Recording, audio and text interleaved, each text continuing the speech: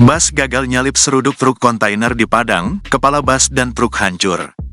Bas PO Sembodo dan truk angkut kontainer terlibat kecelakaan di Jalan Lintas Sumatera Sijunjung, tepatnya di KM 142 dari Padang Jorong Batang Dikat, Kecamatan Tanjung Gadang, Kabupaten Sijunjung, Sumatera Barat, Kamis, tanggal 18 April tahun 2024. Bas Sembodo diketahui dikemudikan oleh Surya Zulhardi, 40 tahun, yang menabrak sebuah truk kontainer yang dikemudikan Zainal, 48 tahun. Kasat Lantas Polres Sijunjung AKP Dani Salman menjelaskan bas Sembodo datang dari arah Solok menuju arah Kiliran Jauh.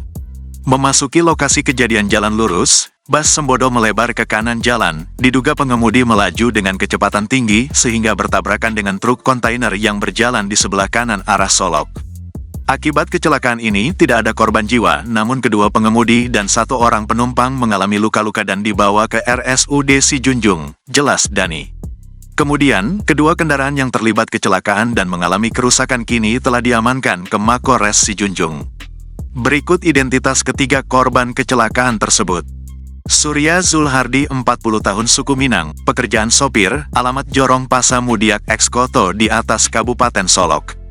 Zainal Effendi, 48 tahun, suku Minang, pekerjaan sopir, alamat Palokan Indrapura, Kabupaten Pesisir Selatan.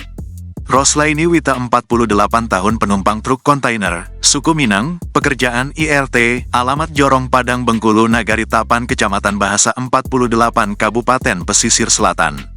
Berdasarkan video yang diterima, terlihat bagian kepala bas Sembodo dan truk kontainer hancur. Terpantau jika arus lalu lintas sempat terganggu dari Sijunjung menuju Darmasraya ataupun sebaliknya. Download Tribun X sekarang, menghadirkan lokal menjadi Indonesia.